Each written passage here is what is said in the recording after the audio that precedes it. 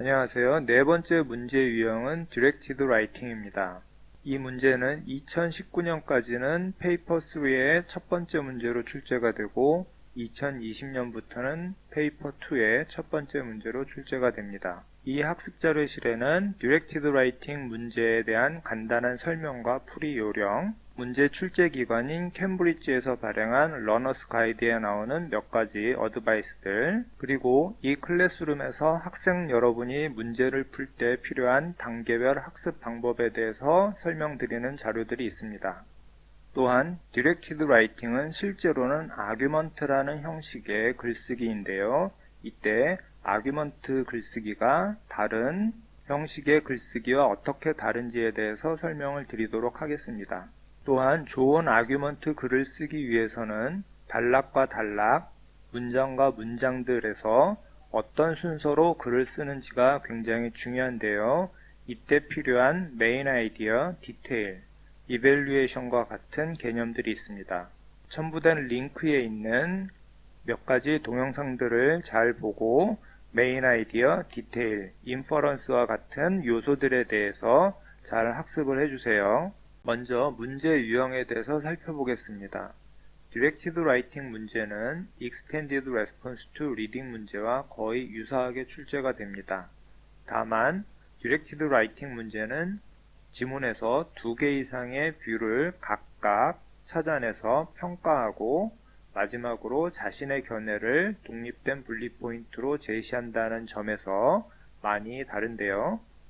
이런 형태의 글을 우리는 아규먼트라고 이야기를 합니다. 지금 화면에 보이는 예에서 가운데에 분리 포인트를 보시면 Extended Response에선 3개의 분리 포인트를 제시하는 것과 달리 이 문제에서는 2개의 분리 포인트만 제시하고 있는데요. 잘 읽어보시면 지문에서 2개의 상반된 견해를 찾아보라는 지시문이 있는 것을 아실 수가 있습니다. Your own view, 자기 자신의 뷰를 제시하라는 지시문이 있으므로 이 문제도 결국 3개의 분리 포인트를 찾아내서 작성하는 문제라고 이해하시면 되겠습니다. 문제의 다른 부분들을 살펴보면 역시 처음에 여러분의 역할과 주어진 상황에 대해서 제시가 되고 있고요. 다음으로 어떤 폼의 글을 써야지 될지를 지시하고 있습니다. 이때 Write a Speech 뒷부분에 보면 이 글을 쓰는 목적이 나와 있으므로 유의 깊게 살펴보시기 바랍니다. 또한 Directed Writing 문제의 지문은 다소 길거나 2개의 지문이 주어질 수도 있다는 점을 유의하시기 바랍니다. 그리고 때에 따라서 제목이나 시작하는 문장을 제시하는 경우도 있으므로 이런 지시문이 있을 경우에는 반드시 지키도록 해주세요. 작성해야지 될 답안의 분량은 역시 250에서 350단어 정도가 되겠습니다. 이 문제는 총 40점의 배점을 갖고 가는데요. Extended Response와는 다르게 리딩보다는 라이팅 쪽의 배점이 더 높습니다. 문제의 요구사항에 대해서 살펴보겠습니다. 우선 이 문제와 함께 주어진 지문은 하나 또는 2개의 지문이 되고 전체적인 분량은 650에서 750단어 분량으로 제시가 됩니다. 이 문제 또한 여러분의 역할을 지정을 하게 되는데요. 보통 어떤 학교의 학생 혹은 그 학생의 학부모로 정해지는 경우가 많이 있습니다.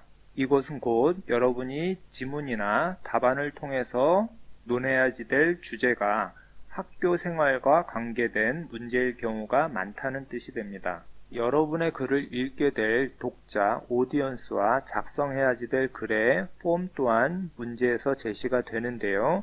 보통의 경우 독자는 선생님이나 친척 혹은 동료 학생들로 정해지는 경우가 많고 작성해야지 될 글의 형식은 편지나 기고문, 연설문이 많이 제시가 됩니다. 보통의 경우 여러분이 작성해야지 될 글은 일반적인 경우보다 좀 더 포멀한 형태로 글을 작성하는 것이 좋게 됩니다. 여러분이 첫 번째, 두 번째 분리 포인트에 작성을 해야지 될 뷰가 명확하게 안 써 있는 경우도 많습니다. 여러분은 지문에서 이런 대립되는 뷰를 독자적으로 찾아서 별도로 분리 포인트를 구성을 해 주셔야지 됩니다. 답안의 분량은 Extended Response와 마찬가지로 250에서 350단어로 작성을 하게 되는데요. 인트로덕션의 50단어, 분리 포인트별로 100단어 정도씩 작성하는 것이 좋습니다. 지문에서 대립되는 각각의 뷰의 몇 가지 요지, 메인 아이디어와 그 메인 아이디어를 뒷받침하는 근거, 서포팅 디테일들을 구분해서 찾아내고 각각의 요지와 디테일들을 분석하고 평가하고 발전시켜서 여러분 자신의 최종적인 뷰를 뒷받침하도록 이용할 줄 알아야지 됩니다. 마지막으로 2020년부터 바뀌는 사항에 대해서 설명을 드려보겠습니다. 2020년부터는 기존의 페이퍼 3가 페이퍼 2로 바뀌는데요. 이때 문제의 내용이나 배점이 크게 바뀌는 것은 없습니다.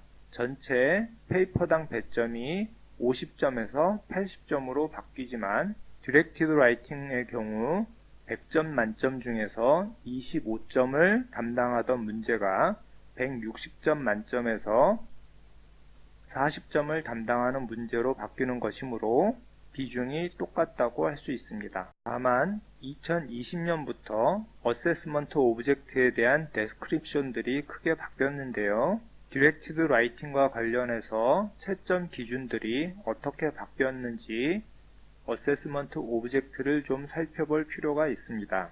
디렉티드 라이팅 문제는요, 리딩 부분에서 R1, R2, R3, 그리고 R5를 가지고 채점을 하게 되는데요. 이때 R3에서 Support from the text 라는 표현이 추가가 됨으로써 여러분이 지문에 있는 뷰를 평가하고 분석할 때 지문에 있는 디테일들과 메인 아이디어들을 적절하게 인용하고 연결시켜 주는 것이 상당히 중요해졌습니다. 또한 R5가 평가 기준으로 추가가 되면서 데스크립션이 살짝 바뀌었는데요. 이것을 읽어보시면 지문에 있는 정보를 이용해서 여러분의 목적을 달성하도록 글을 작성을 해야지 됩니다. 다시 말해서 이 글은 아규먼트이고 읽는 사람을 설득하기 위해서 쓰는 글이므로 여러분의 최종적인 목적인 여러분의 마지막 뷰를 독자에게 전달하고 독자를 설득하기 위해서 지문에 있는 정보들을 적절히 활용하는 능력을 보여줘야지만 됩니다. 다음 라이팅 부분에서도 채점 기준의 데스크립션들이 살짝 바뀌었는데요. 문장 구조나 어휘조차도 여러분의 목적을 위해서 적절히 활용하는 기술을 보여주어야 하겠습니다. 문제 출제 기관인 캠브리지 러너 가이드에 있는 어드바이스들을 살펴보겠습니다. 여기에서도 마찬가지로 여러분이 글의 형식과 목적을 정확하게 파악하고 글의 목적인 여러분의 뷰를 독자들에게 효과적으로 납득시키기 위해서 지문에 있는 정보들을 적절히 활용하고 논리적으로 여러분의 생각을 순서를 잡아서 전달하는 것을 중요한 채점 기준으로 보고 있습니다. 또한 문장 구조나 보캐블러리조차도 여러분의 목적에 부합하도록 주의 깊게 사용하도록 요구를 하고 있습니다. 오디언스에 맞는 보이스나 여러분의 글의 스타일을 활용을 하셔야지 되는데요. 이 글의 형식이 아규먼트이기 때문에 상당히 센스 오브 오디언스를 보여주기가 까다로운 문제가 되겠습니다. 그래서 더욱더 적절한 인트로덕션 패러그래프를 작성을 하시는 것이 좋은 포인트가 되겠습니다. 마지막으로 이 문제는 문법과 스펠링, 펑추에이션에 대해서 꼼꼼하게 검사를 하도록 요구를 하고 있습니다. 문법적인 실수가 자주 발생하지 않도록 최종 답안을 제출을 할 때 반드시 확인하는 과정을 거쳐야지 됩니다.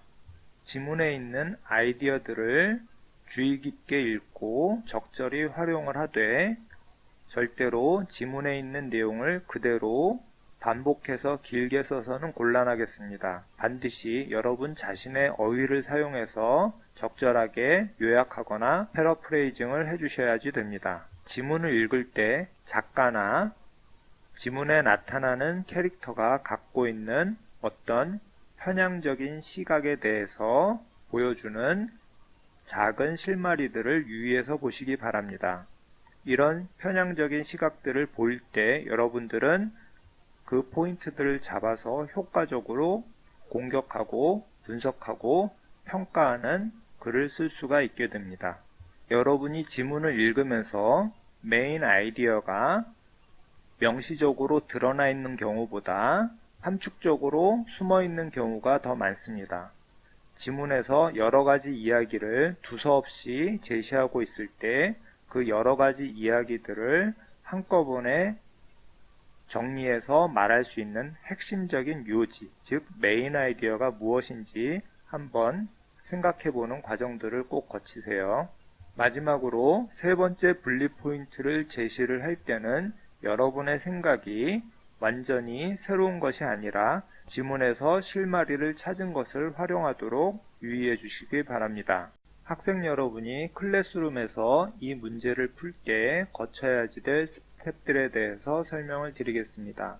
익스텐디드 레스폰스와 마찬가지로 이 문제는 드래프트와 파이널 단계에서 몇 가지 스텝들을 거쳐서 문제를 풀도록 되어 있습니다. 우선 각 스텝의 첫 부분에는 문제와 지문이 제시되어 있습니다. 먼저 지문은 하나로 주어질 때도 있고 두 개의 지문으로 나뉘어서 제시가 될 때도 있습니다. 이때 두 개의 지문으로 나뉘어진 경우는 각각의 지문이 서로 대립되는 뷰를 대표하게 되므로 각각의 지문이 어떤 뷰를 대변하고 있는지에 대해서 유의하면서 지문을 읽어보시기 바랍니다.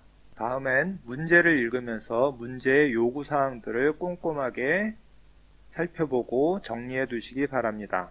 첫 번째 스텝은 문제를 읽고 콘텐츠, 레지스터, 오디언스, 퍼포즈, 그리고 폼을 파악하는 단계가 되겠습니다. 이 5가지 CRAPF를 파악하는 방법에 대해서는 문제 3번 Extended Response to Reading에서 자세하게 설명이 되어 있으므로 참고하시기 바랍니다. 문제풀이 두 번째 스텝은 지문을 여러 번 읽으면서 지문에서 분리 포인트에 해당하는 메인 아이디어와 디테일들을 찾는 과정입니다. 대부분의 경우 첫 번째, 두 번째 분리 포인트는 지문에 있는 서로 대립되는 뷰, 즉 장점과 단점 혹은 찬성과 반대와 같은 뷰들이므로 지문에서 이 뷰에 해당하는 부분들을 찾아서 밑줄을 긋거나 마킹을 해주시면 됩니다. 세 번째로 여러분 자신의 뷰는 지문에 제시가 되어 있지 않고 여러분이 두 가지 뷰 중에 하나를 편들어 주거나 혹은 제3의 관점을 제시할 수도 있습니다. 이때 여러분은 지문에서 여러분의 뷰를 뒷받침할 만한 작은 실마리들을 찾아서 또 다른 색깔로 밑줄을 긋거나 마킹을 해주시면 되겠습니다. 이것은 바로 여러분이 최종 답안을 작성을 할 때 계획, 즉 아웃라인을 잡는 단계라고 이해하셔도 되겠습니다. 세 가지 분리 포인트에 대해서 메인 아이디어, 서포팅 디테일, 디벨롭먼트 및 이밸류에이션으로 구분된 소단락을 2개에서 3개 정도씩 준비를 해주시는 것이 좋습니다. 마지막 단계는 여러분이 앞에서 작성한 메인 아이디어, 서포팅 디테일, 디벨롭먼트들을 이어서 Continuous Writing 형태의 글로 작성을 하시는 단계가 되겠습니다. 우선 여러분이 쓸 글을 4개의 단락으로 구성을 하시고 첫 번째 단락에는 Introduction, 그리고 두 번째, 세 번째, 네 번째 단락에는 각각 3개의 분리 포인트에 대해서 메인 아이디어, 디테일, 디벨롭먼트들을 이어서 작성을 해주시면 되겠습니다. 이때 문장과 문장, 단락과 단락 사이에는 적절한 컨정션이나 트랜지셔널 워즈들을 이용을 해서 자연스러운 아이디어의 전환과 문장의 연결이 되도록 해주시면 좋겠습니다. 다음엔 아규먼트 형식의 글이 다른 형식의 글과 어떻게 다른지에 대해서 좀 더 알아보도록 하겠습니다. 여러분이 쓰게 되는 많은 경우의 글들은 3가지 형태로 분류가 된다고 할 수 있습니다. 그것은 description, analysis, evaluation이라고 하는데요. description은 무엇에 대해서 서술하거나 묘사하는 글입니다. 우리가 흔히 육하 원칙이라고 해서 무엇, 어디, 누구, 언제와 같은 질문들에 대해서 대답하는 글을 쓸 때 이것을 description이라고 보는 경우가 많습니다. 이때 여러분들은 이런 질문들에 대해서 it is argued that, it is insisted that, 혹은 people say that, people believe that 과 같은 형태의 문장으로 시작을 하게 되는 경우가 많을 것입니다. 다음은 분석하는 글입니다. 이것은 어떤 일이 어떻게, 왜 일어났는지에 대해서 대답하는 글이 되겠습니다. 이때 여러분은 그 문장을 the cause of something is 혹은 it will be if 와 같은 형태의 문장 구조를 이용해서 대답하는 경우가 많이 생길 것입니다. 마지막으로 evaluation입니다. 이 종류의 글은 여러분이 서술하고 분석한 내용에 대해서 값어치를 매기는 글이라고 생각하시면 되겠습니다. 그래서 그 일이 과연 얼마만큼의 가치가 있는 것이고 혹은 나와 다른 사람들에 대해서 어떤 영향을 미칠 것인가에 대해서 서술하는 글이 되겠습니다. 이때 여러분은 이 글을 it is reasonable that, it is agreeable that 또는 I do not support the idea 와 같이 시작하는 경우가 많을 것입니다. 이와 같이 여러분이 문제 4번 Directed Writing 혹은 아규먼트 형식의 문제를 풀 때 여러분의 답안을 작성하는 문장들의 순서가 처음엔 description, 그 다음엔 analysis, 그 다음엔 evaluation의 형태를 갖는 문장들로 답안을 구성을 하는 것이 좋은 아규먼트 글이 되겠습니다. 이상으로 문제 4번 Directed Writing에 대해서 설명을 마치도록 하겠습니다.